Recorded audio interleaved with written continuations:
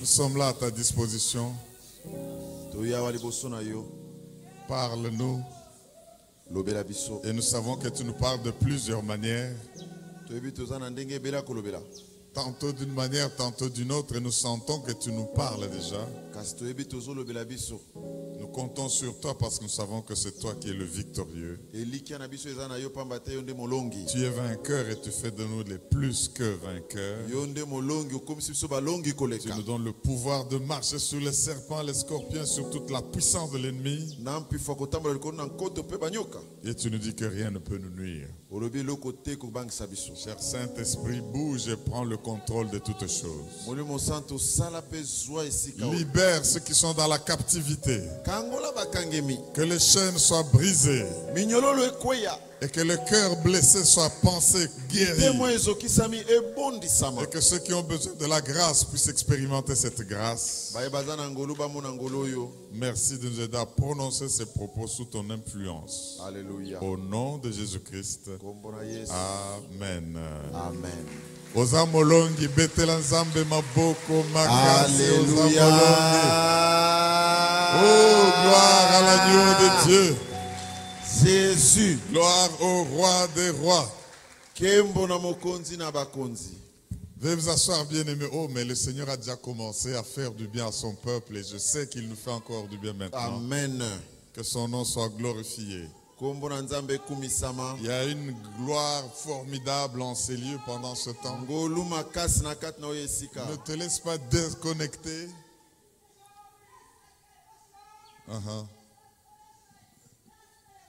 Et cet esprit qui coule déjà va couler sur chacun et glorifier le nom de Jésus. Vous le savez, le mois dernier, nous avons eu à recevoir des révélations de la part du Seigneur. À partir de Job 33, verset 4. Où Elihu disait, l'Esprit du Seigneur, l'Esprit de Dieu m'a créé, l'Esprit du Tout-Puissant m'a créé. Et le souffle du Tout-Puissant m'anime. Si tu es animé, bougé, secoué, conduit, dirigé par le souffle du Tout-Puissant, rien ne peut vous arrêter. Et nous avons le Seigneur qui nous a dit, partout où vous allez, n'oubliez pas qui vous êtes. Vous êtes l'œuvre de l'Éternel. Et puis, c'est lui qui vous anime.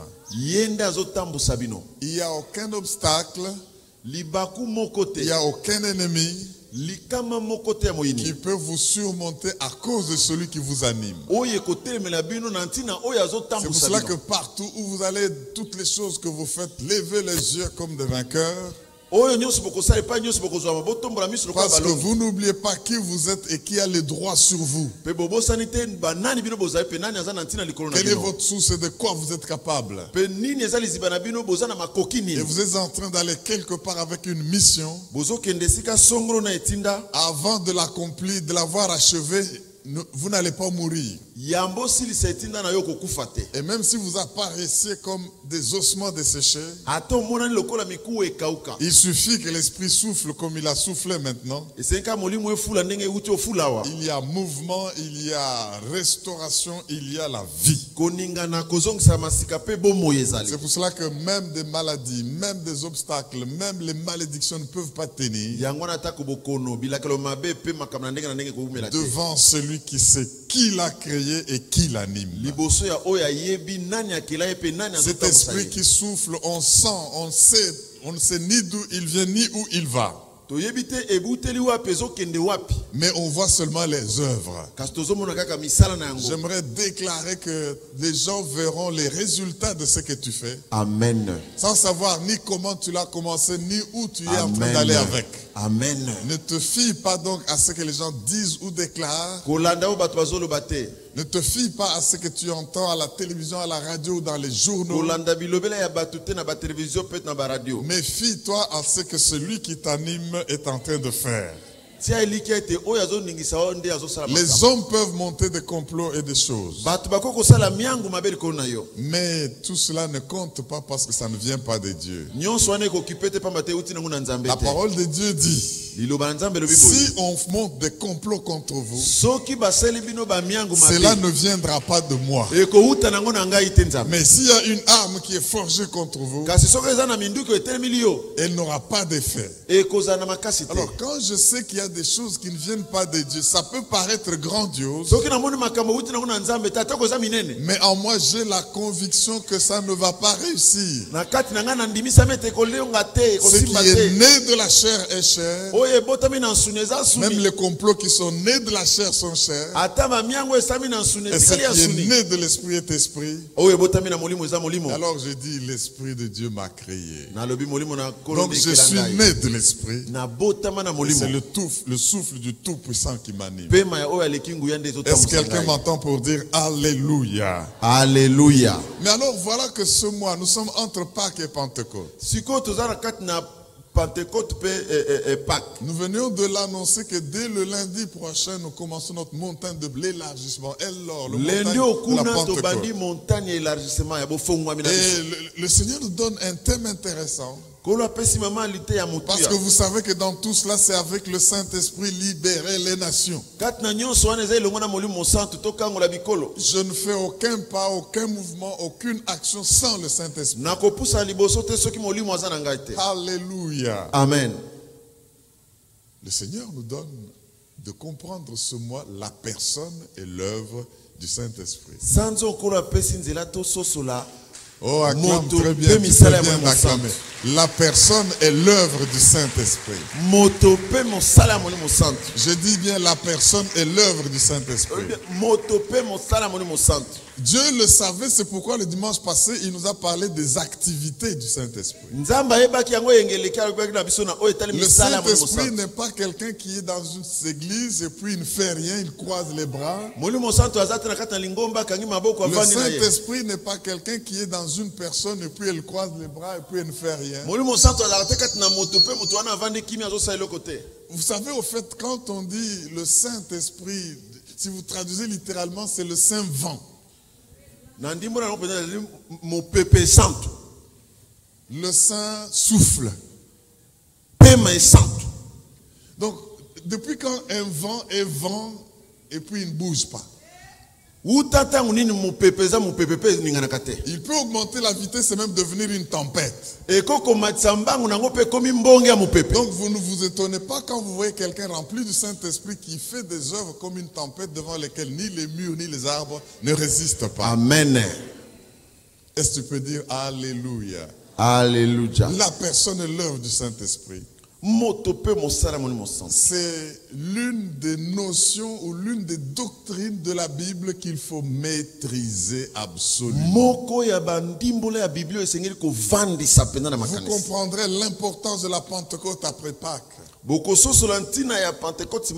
Parce que maintenant, comme des vents, nous devons aller dans ce milieu, dans ce monde,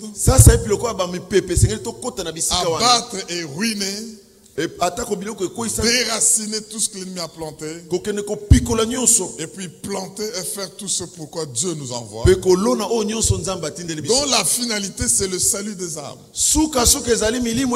Le Seigneur nous donne un texte que nous allons lire. En fait, nos textes de base, il y en a deux dans l'évangile de Jean.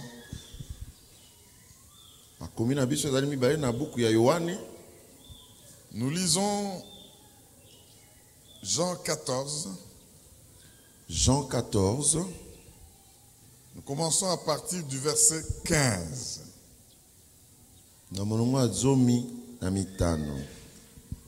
Au lieu de nous arrêter au verset 17, je voudrais qu'on lise l'ensemble jusqu'au verset 26 parce que c'est l'introduction à tout ce que nous allons voir pendant ce mois.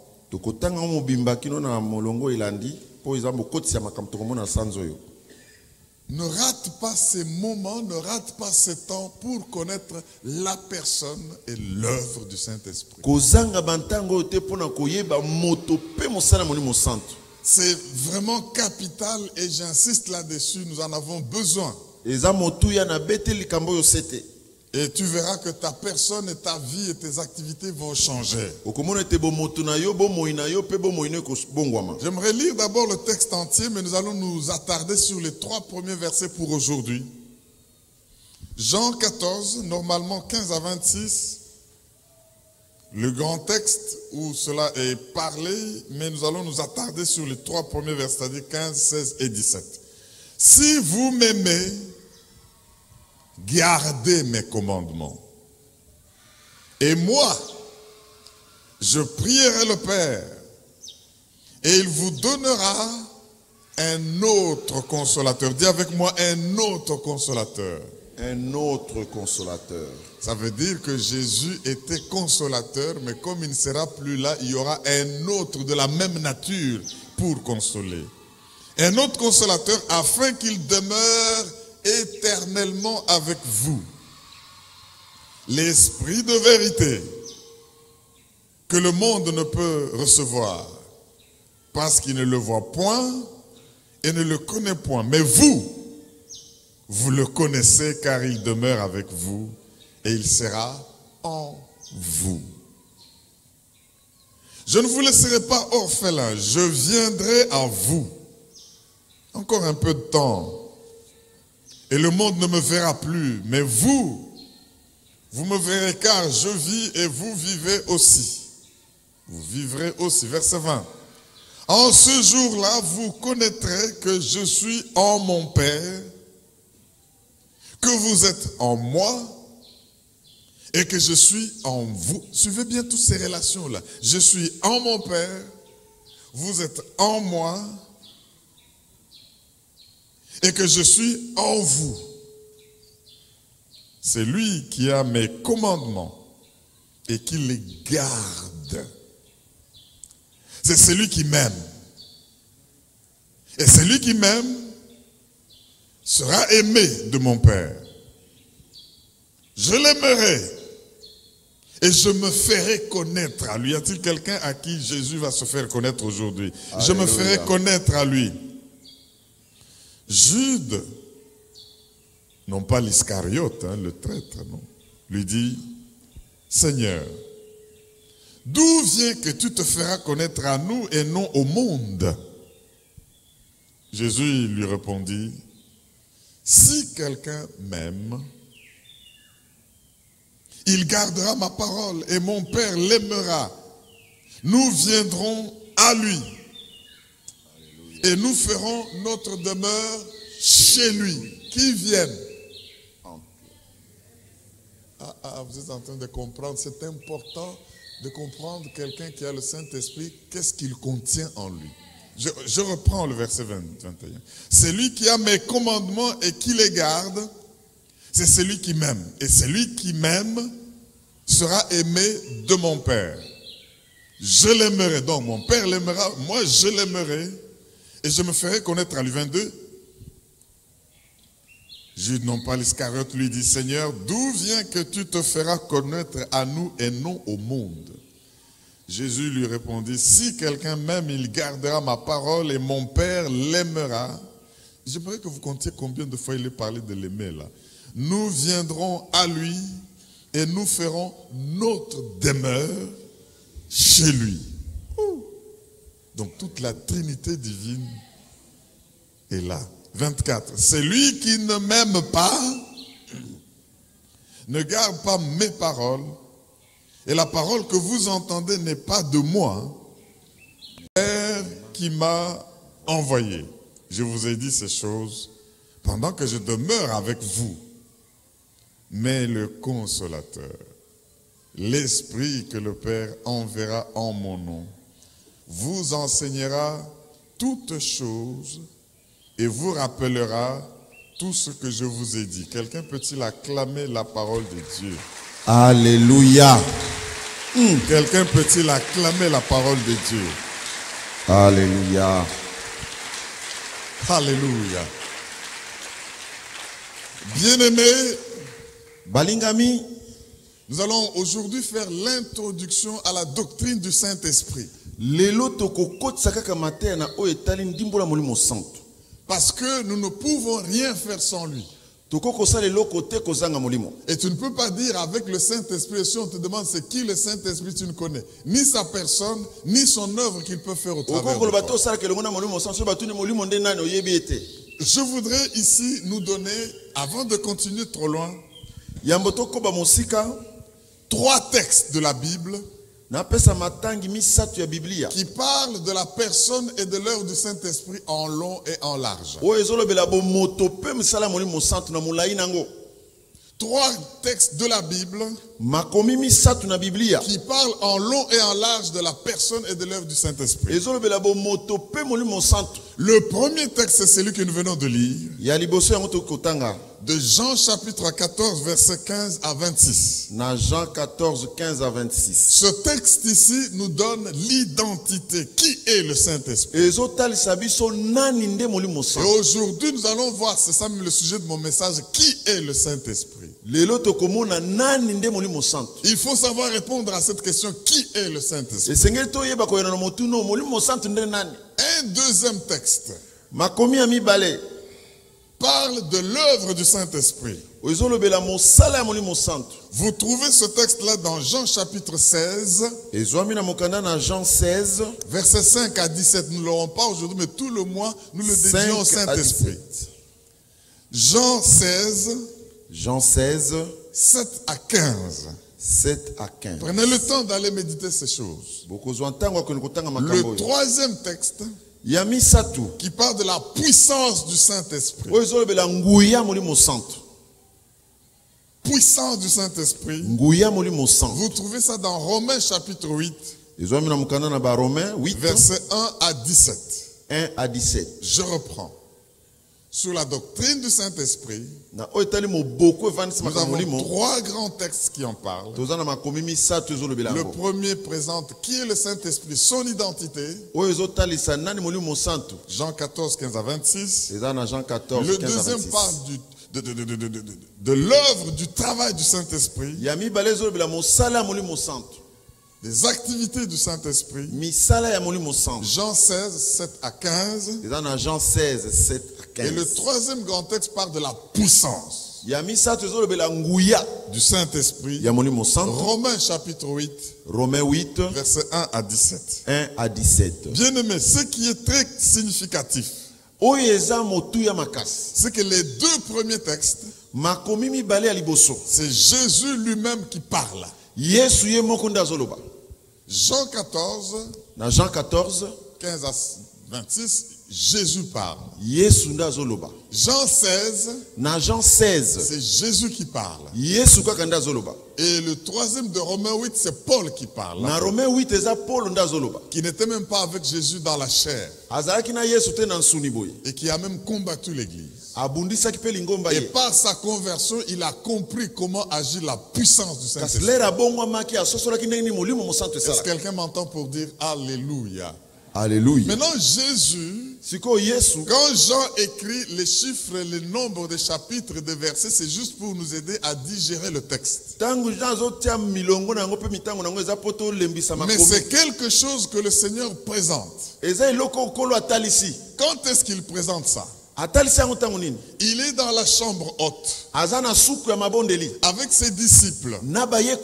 Il sait qu'il ne va plus les voir. Il sait que quand il est là, c'est lui qui les soutient. Il sait que quand il est là, c'est lui qui les console. Il sait aussi que maintenant la Pâque va venir, il va mourir. Les disciples vont rester seuls. Il choisit ce moment-là pour leur parler de la chose la plus importante qu'il devait savoir après son départ de la terre. Il leur parle de la personne la plus importante qu'ils doivent connaître avant de rentrer. Le Saint-Esprit. Est-ce que quelqu'un peut dire Amen? Amen. Voilà à quel moment le Seigneur choisit de leur parler du Saint-Esprit. Parce qu'il sait que même quand je ne serai pas là, mais avec la présence du Saint-Esprit, il n'y a pas de différence. Entre moi ne pas être là et moi être là, le Saint-Esprit assume. Alors dans ces deux premiers textes que j'ai donnés, de Jean 14 et Jean 16, le Seigneur en personne parle du Saint-Esprit. Il donne l'identité du Saint-Esprit. Et il montre la personne de ce Saint-Esprit. Est-ce que tu peux dire Amen? Amen. Alors maintenant, revenons au texte qui nous concerne pour le jour. De Jean 14. Dans Jean 14. Laissez-moi relire les trois premiers versets 15, 16 et 17. 15, 16 et 17. Après que nous ayons compris que pour comprendre cette identité, nous devons aller plus loin. Jean 14, 15. Si vous m'aimez, gardez mes commandements. Et le long du texte, il y a plusieurs fois où il parle d'aimer et j'aimerais qu'on comprenne pourquoi il dit cela. Et moi, il y a une conjonction. Si vous m'aimez, gardez mes commandements. Et moi, donc, ce qui vient après dépend du fait que vous l'aimez.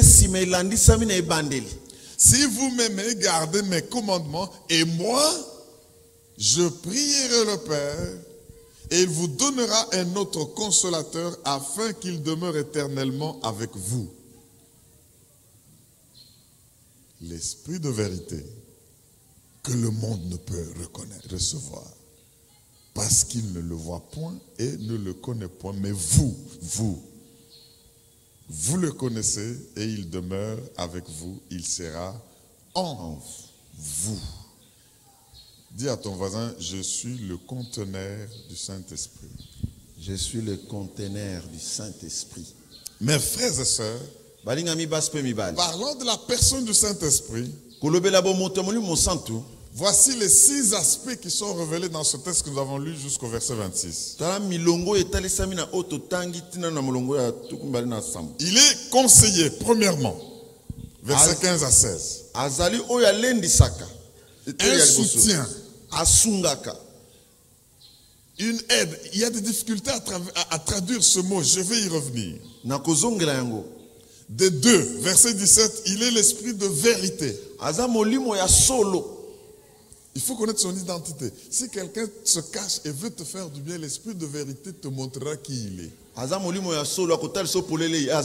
Tu veux entreprendre un projet, l'esprit de vérité te révélera ce qu'il faut faire. Troisièmement, il est la personne de Christ. Le représentant du Christ. Verset 18 à 20, dans ce texte-là. Il est même la manifestation du Christ à travers les croyants. Nous sommes en train de parler de l'identité du Saint-Esprit. Quand il agit, il fait manifester le libérateur. C'est quand l'Esprit est sur toi que tu deviens Messie, tu deviens libérateur. L'Esprit du Seigneur est sur moi, il m'a oint pour libérer. Et dès qu'il vient sur toi, tu fais ce qu'il a fait quand il était sur Christ. Il est la présence qui fait que le Père, le Fils et le Saint-Esprit habitent dans le croyant. Donc toute la divinité habite en toi. C'est ce que les versets 23 et 24 nous ont dit. Il est celui qui vous conduit dans toute la vérité. Il vous enseigne. Est-ce que tu peux dire Amen? Amen. Mais les 2 premiers versets que nous venons de lire, nous ne pouvons pas voir tout ça aujourd'hui. Mais nous avons voulu brosser cela pour nous montrer l'identité du Saint-Esprit. Notre message aujourd'hui, c'est qui est le Saint-Esprit. Il faut le connaître. Jean nous dit, si vous m'aimez, gardez mes commandements. Je voudrais m'attarder sur aimer et garder les commandements. Aimer et obéir. L'amour et l'obéissance. Cela, bien aimé, est capital pour recevoir le Saint-Esprit. Aujourd'hui, nous allons comprendre les prérequis dont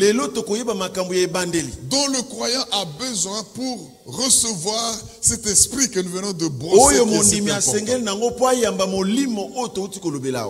Aimer et garder les commandements. Aimer et obéir. Je voudrais, mes frères et sœurs, qu'on parle de l'amour. D'abord.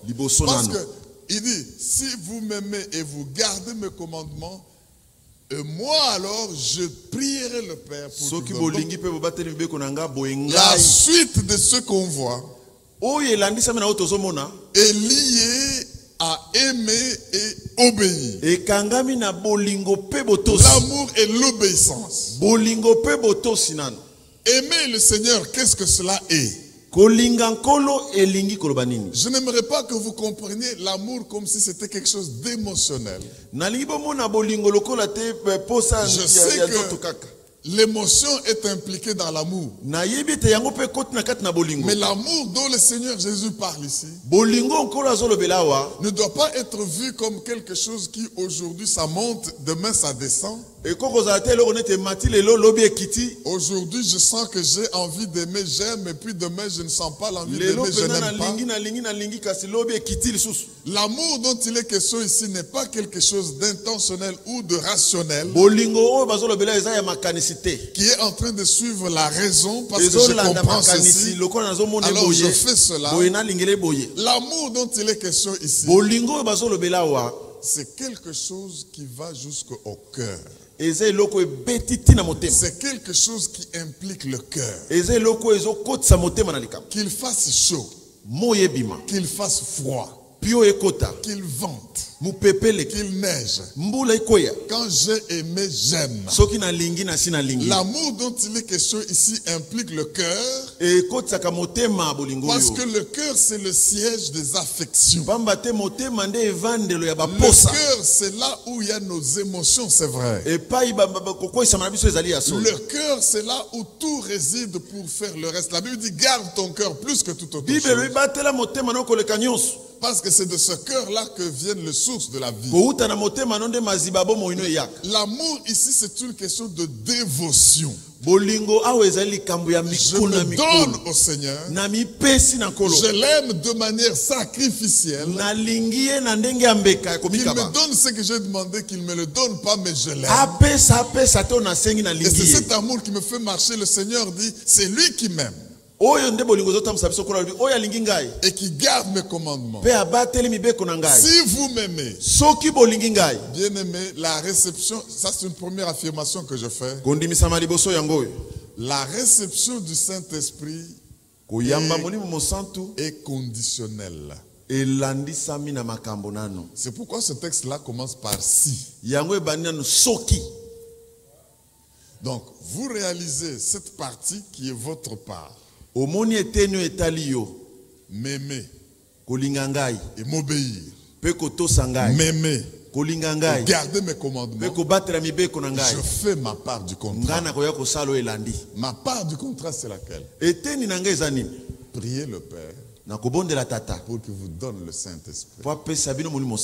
J'aimerais que nous comprenions cela. Bien aimé, si tu n'as jamais donné ta vie à Jésus-Christ, ou si tu es un simple religieux qui vient à l'église par habitude, eh bien, sache que les choses du Saint-Esprit ne te concernent pas tant que tu n'aimes pas Jésus, tant que tu ne lui obéis pas. J'insiste pour dire, le Saint-Esprit est capital. C'est le personnage le plus important au monde sur la surface de la terre aujourd'hui. Si on vous pose une question à la télé ou à la radio, quel est le personnage de l'année? C'est le Saint-Esprit. Amen. Vous n'allez pas commencer à dire non, c'est telle personne ou c'est telle. Le personnage pour chaque année, c'est le Saint-Esprit. Alléluia. Amen. C'est le personnage le plus important qui puisse exister. Et Jésus garde les dernières heures pour en parler à ses bien-aimés. Donc, aime le Seigneur Jésus. J'aimerais qu'on comprenne la conjonction, les relations qu'il y a là-dedans. Tu aimes le Seigneur Jésus. Tu reçois le Saint-Esprit. Mais maintenant, écoutez ça. Nous avons compris de quoi s'agit-il aimer. Ce n'est pas qu'une espèce d'émotion. Aujourd'hui, je suis fâché, je refuse de l'aimer. Demain, je suis content, ça fait fluctuer. C'est haut et bas. Un amour en dents de scie. Non, on ne peut pas aimer le Seigneur comme ça. On se donne. On se dévoue. On se consacre. Et parce que c'est lui. On ne le fait pas avec l'émotion, avec les sentiments. On ne le fait pas avec le raisonnement. Mais on le fait avec le cœur. Aimer est une question de cœur. À ton voisin, aimer c'est une question de cœur. Et je peux dire Alléluia. Alléluia. Maintenant, mes frères et sœurs, je voudrais qu'on observe une chose. Obéir à Dieu. Parce que Dieu a des instructions. Jésus a des instructions. Il voit les choses que nous ne voyons pas. Il a une mission pour laquelle il nous a créés. On ne peut pas vivre et réussir si on n'observe pas ses commandements.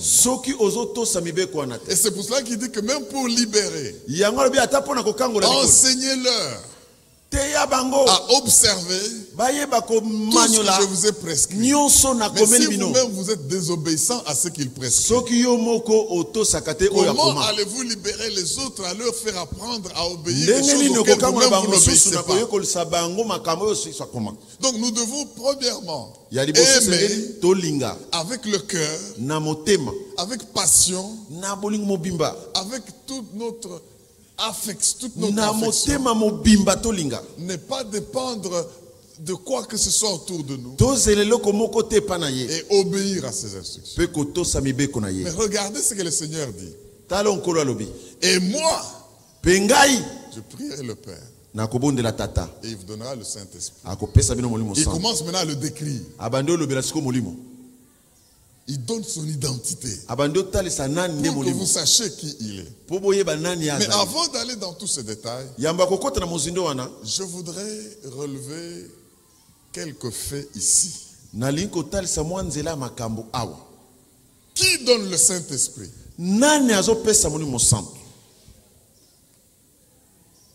Je pose la question. Qui donne le Saint-Esprit? Le Père. Tata. Bonne réponse. Mais ça ne veut pas dire que le Père ne veut pas vous donner le Saint-Esprit. Mais la condition, c'est que Jésus le demande pour vous. Vous m'aimez?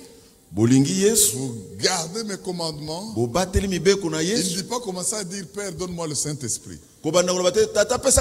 C'est lui qui doit demander le Saint-Esprit. Ça ne veut pas dire que le Père ne veut pas vous donner. Mais ça veut dire que le Père veut que la réception du Saint-Esprit passe par un médiateur. J'aime Jésus. Il veut que pour que vous receviez le Saint-Esprit, Dieu veut vous donner. Luc dit ceci. Comment méchant comme vous l'êtes, vous pouvez donner les bonnes choses à vos enfants quand ils vous les demandent. Qui est ce père-là? Quand le père lui demande un poisson, il lui donne un serpent. Qui est ce père-là? Quand l'enfant lui demande un œuf, il lui donne un caillou. Mais écoutez ce qu'il dit. Si méchant comme vous l'êtes, vous savez donner de bonnes choses à vos enfants. Comment le Père ne donnera-t-il pas le Saint-Esprit à ceux qui le lui demandent? Mais pour demander le Saint-Esprit, Il y a un médiateur absolument. Oh, je veux qu'on comprenne ça. Mes frères et sœurs, Dieu veut nous donner le Saint-Esprit. Mais Dieu veut que ça passe par celui qui a le droit de le demander pour vous. Qu'est-ce que vous comprenez, bien-aimés? Le Père est celui qui donne. Il a donné le Fils. Il donne le Saint-Esprit. Le Père donne le Fils pour qu'il vienne mourir. Le Père donne le médiateur. Et puis le Père donne le Saint-Esprit.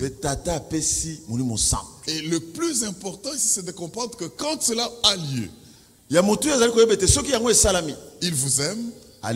Le Fils étant dans le Père, le Père étant dans le Fils, le Fils aimant le Père, le Père aimant le Fils, et maintenant celui qui aime le Fils, le Père l'aime, comme le Père et le Fils l'aiment, ils viennent habiter ensemble. Prenez 30 secondes, acclamez le Roi des Rois, Alléluia, acclamez le Dieu Tout-Puissant. Merci Jésus. Alléluia. Yes. Gloire à l'agneau de Dieu. Alléluia. Oh, il faut que tu ouvres ton cœur pour que toute la divinité vienne habiter en toi.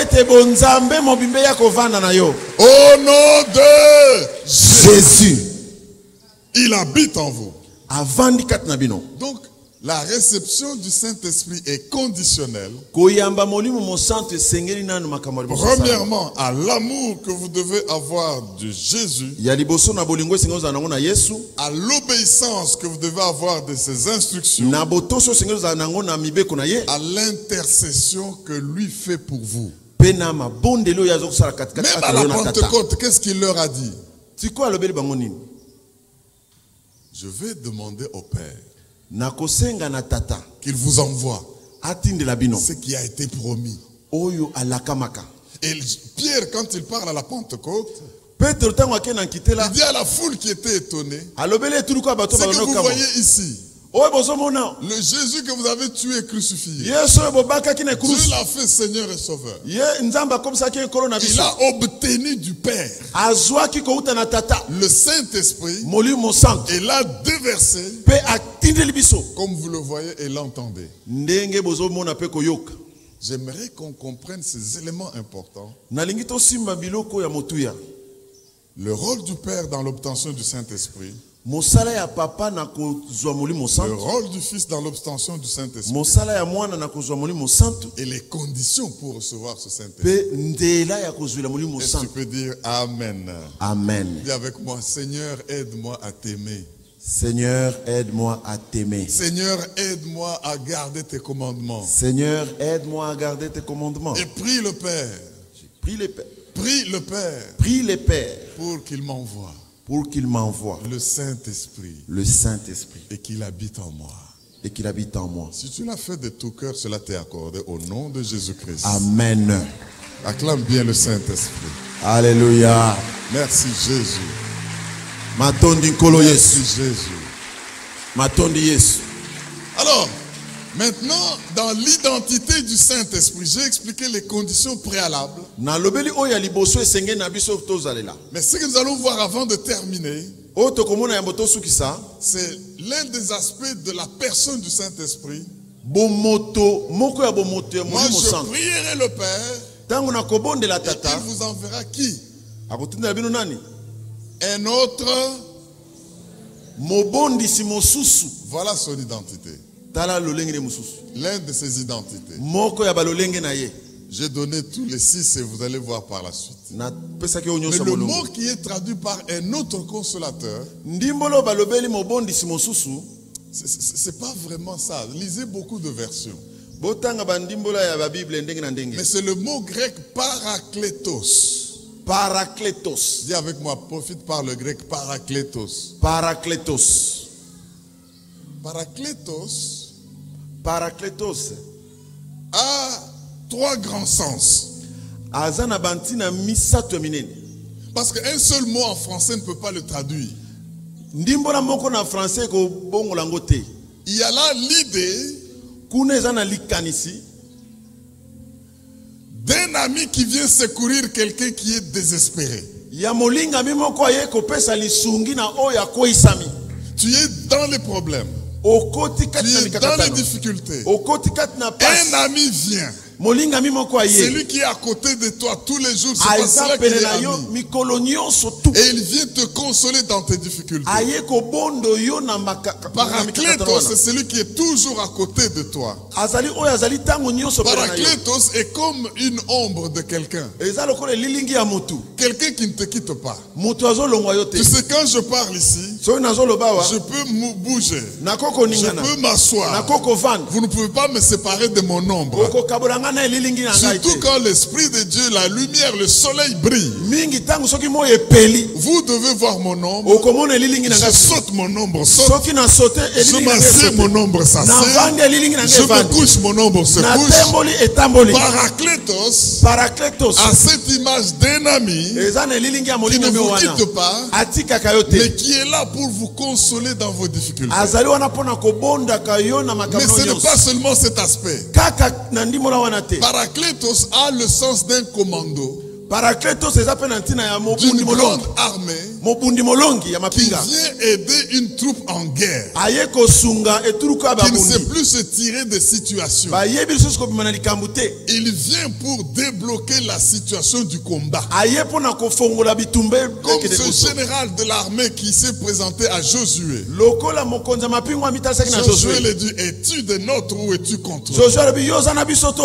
Je suis le général de l'armée de l'Éternel. Je suis venu à votre secours.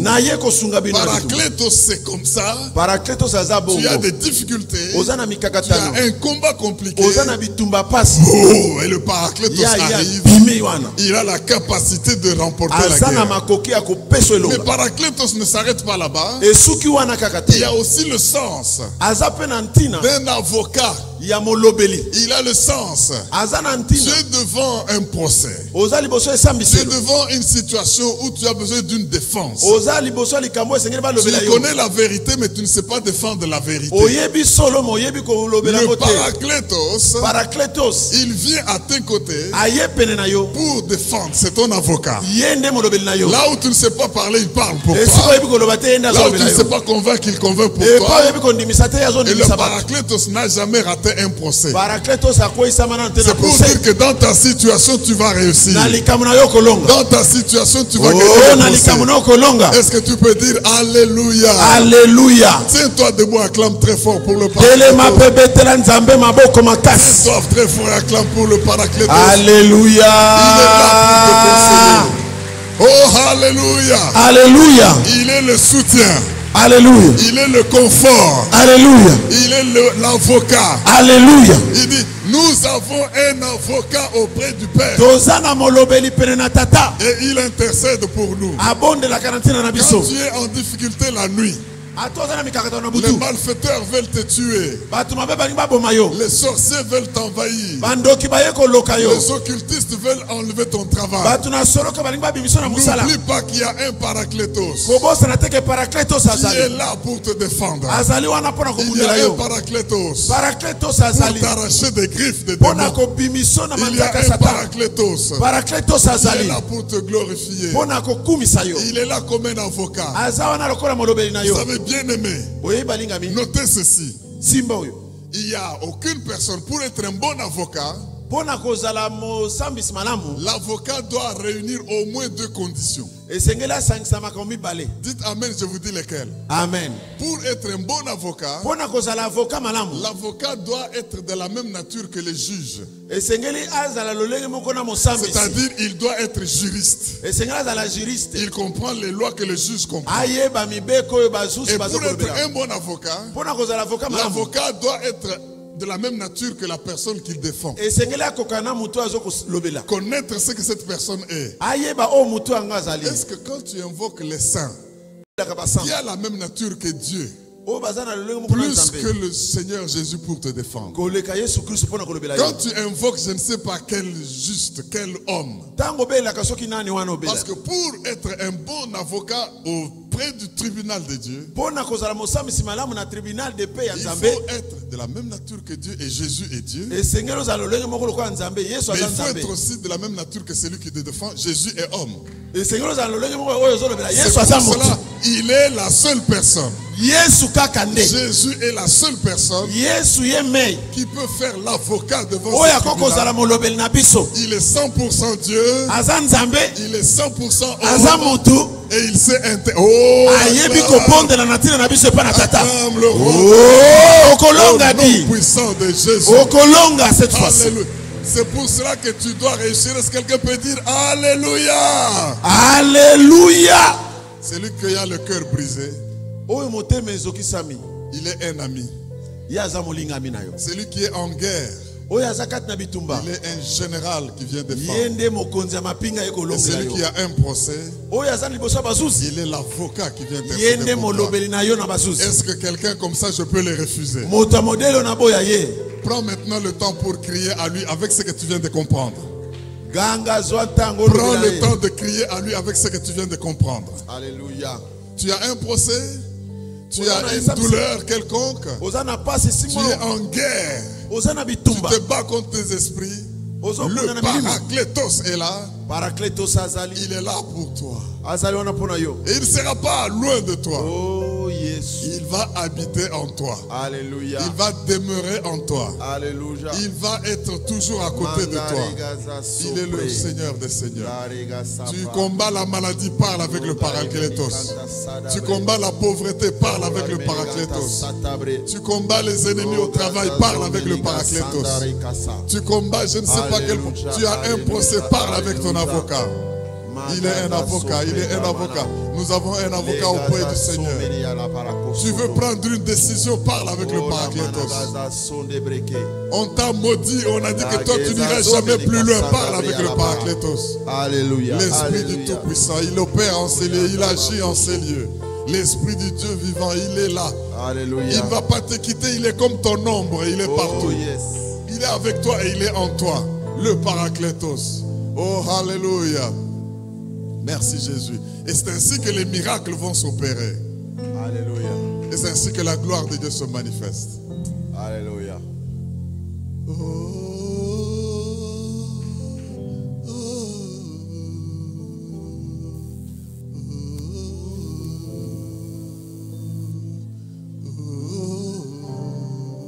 Pendant ce moment, le Paraclétos opère.